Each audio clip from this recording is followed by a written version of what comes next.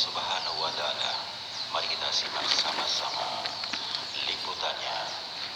A'udzubillahi minasyaitonir Bismillahirrahmanirrahim. Innahu min Sulaiman wa innahu bismillahirrahmanirrahim. Allahumma as'aluka ridhaka wal jannah wa na'udzubika min syahwatika wan nar. Saudara, saat itu seorang ahli spiritual menelusuri jalan di mana adanya petani, yaitu rumput laut adanya. Pada saat cuaca kurang baik, badai datang, mereka buru-buru minggir ke tepian dengan perahu kecilnya. Setelah mereka berkumpul di mana adanya salah satu warung kopi, memang suasana masih dalam kondisi gelap. Angin bertiup ke sana kemari, suasana terasa dingin sekali karena adanya badai datang. Tentu saja saat itu para petani rumput laut sepi, yang biasanya ramai, mereka aktif dengan kegiatan-kegiatan. Ada yang menanam, ada yang sedang memanen. Suasana menjadi sepi dengan adanya badai datang. Jangan coba-coba dengan adanya badai datang, akan membahayakan nyawa kita.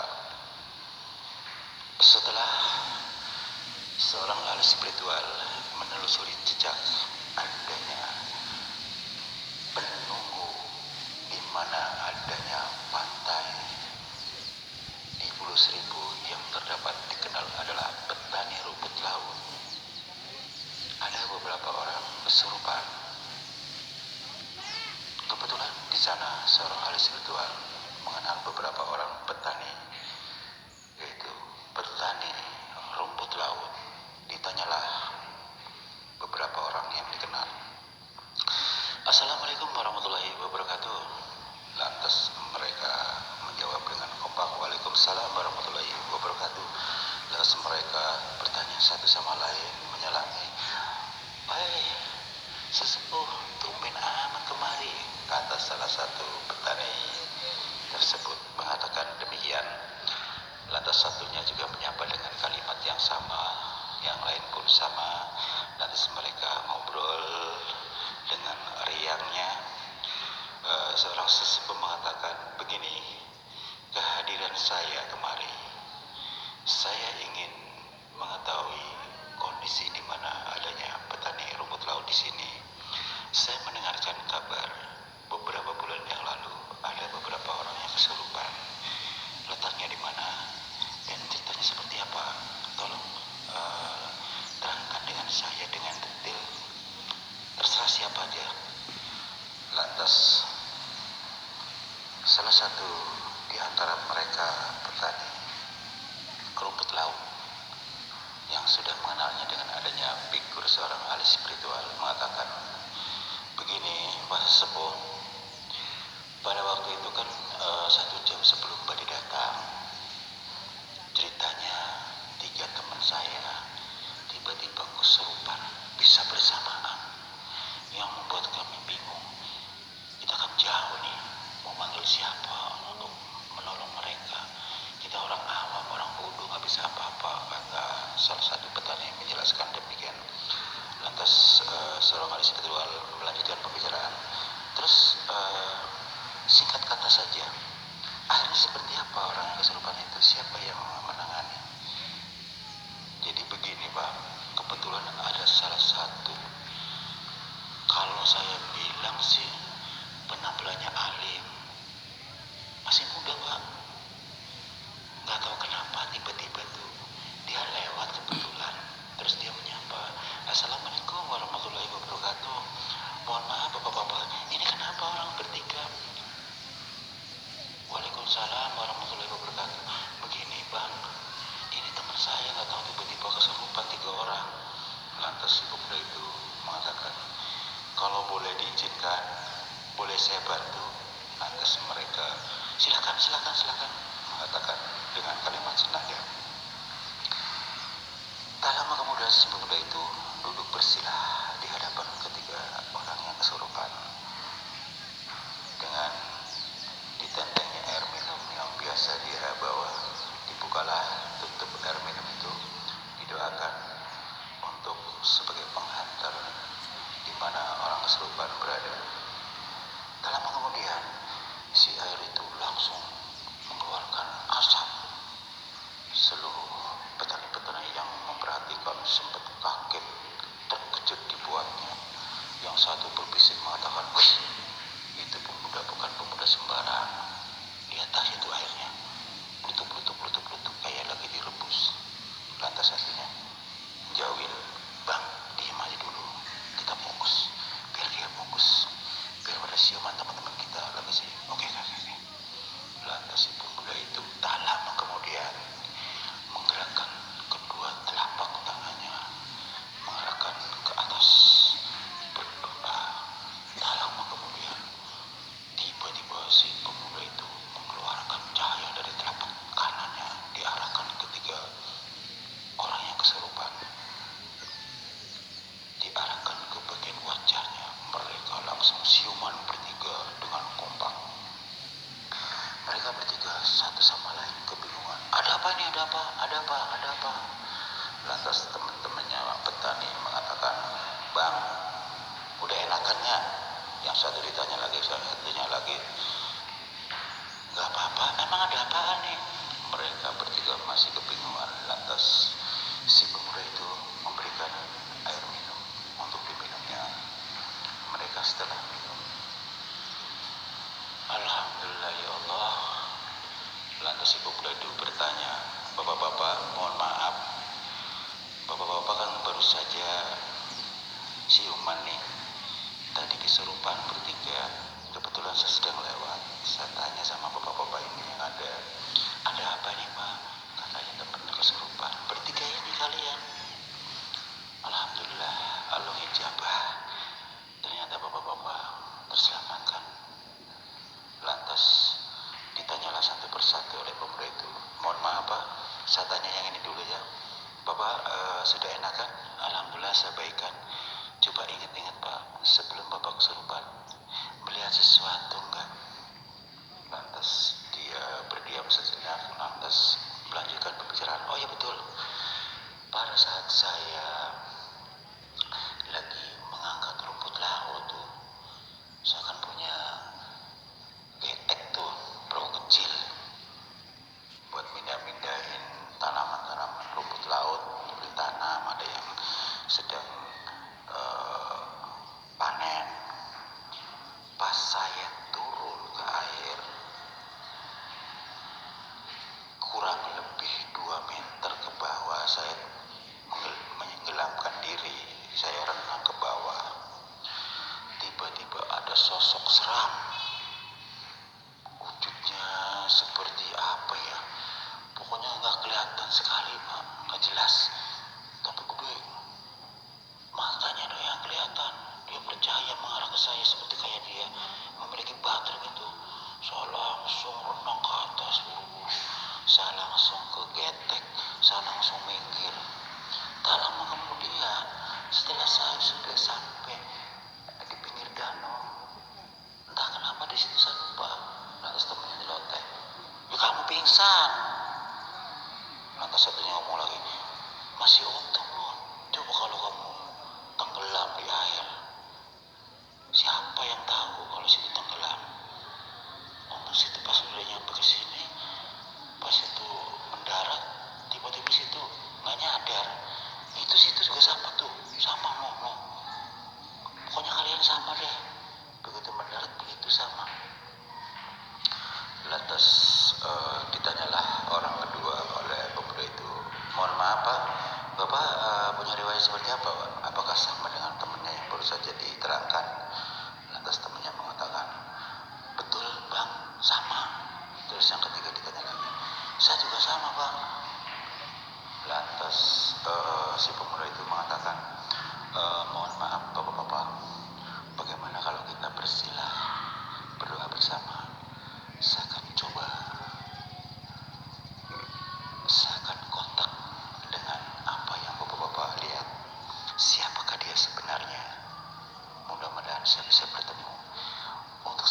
pada saat saya berdoa, mohon maaf ya bantuannya, apa yang kalian bisa, membaca basmalah, membaca al-ikhlas, sholawatan, terserah deh.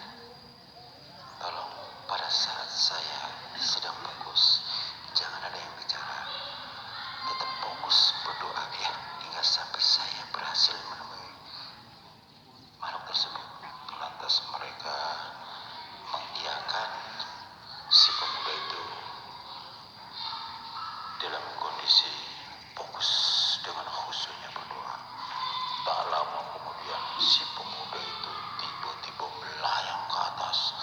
Lantas dia berjalan di atas air, membuat si petani-petani rumput laut sangat dikagetan. Adanya si pemuda itu sangat hebat.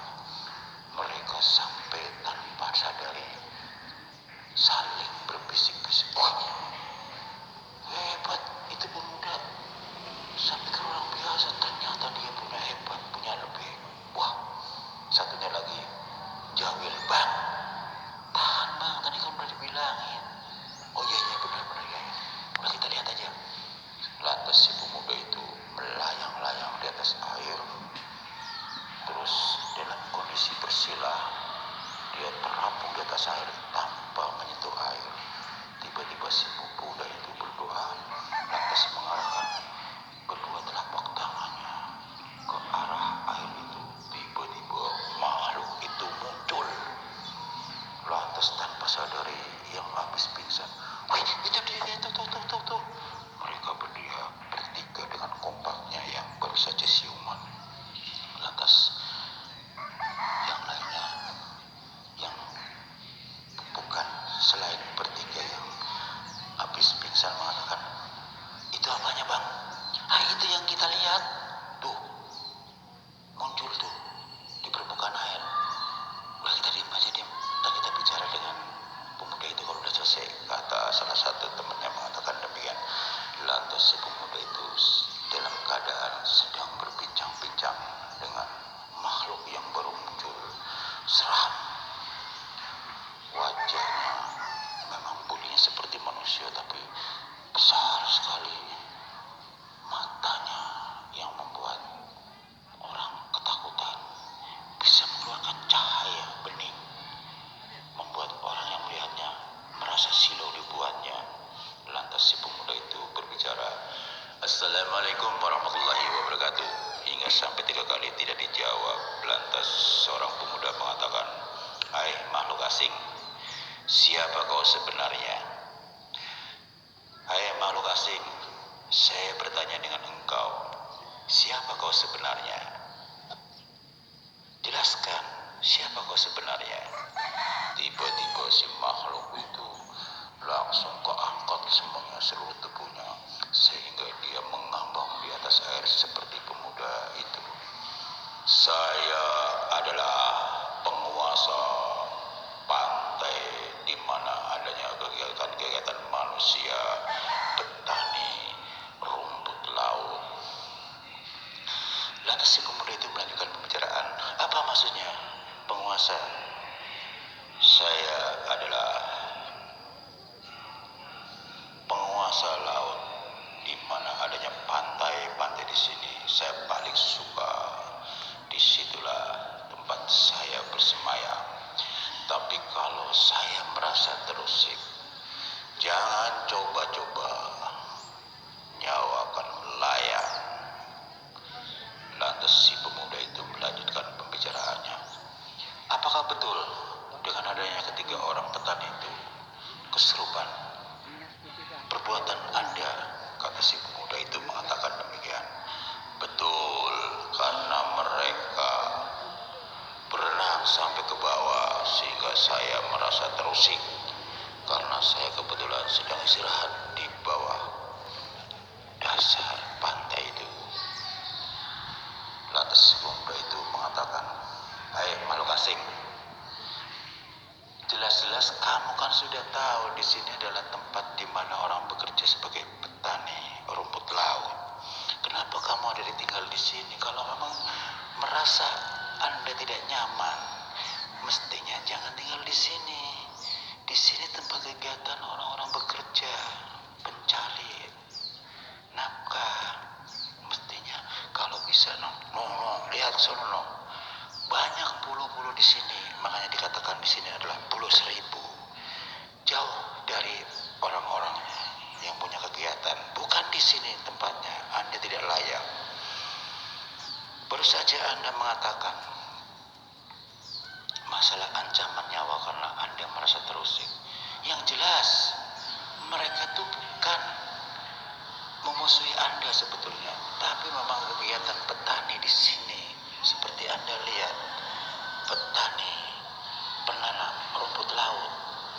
Tentu saja mereka menyelam ke bawah, kadang-kadang lagi nanam, kadang lagi panen.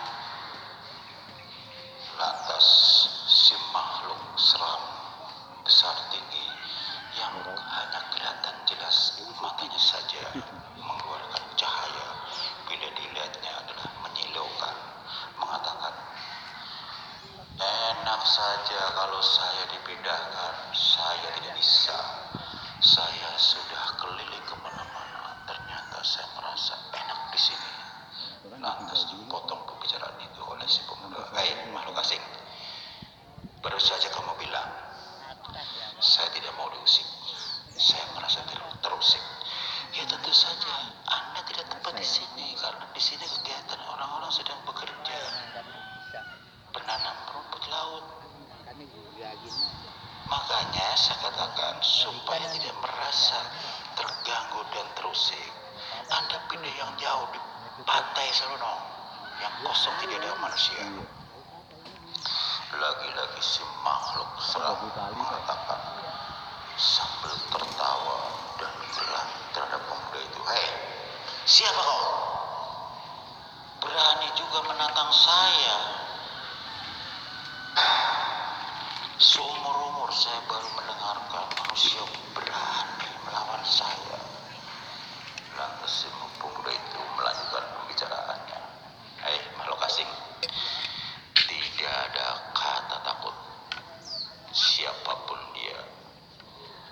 Kalau memang tetap mengganggu manusia, apalagi di sini tempat buat bekerja petani-petani rumput laut, saya tidak akan pernah tinggal diam untuk mengusirnya. Apalagi Anda sudah mengancam siapapun yang mengusik diri saya akan terancam nyawanya olehmu.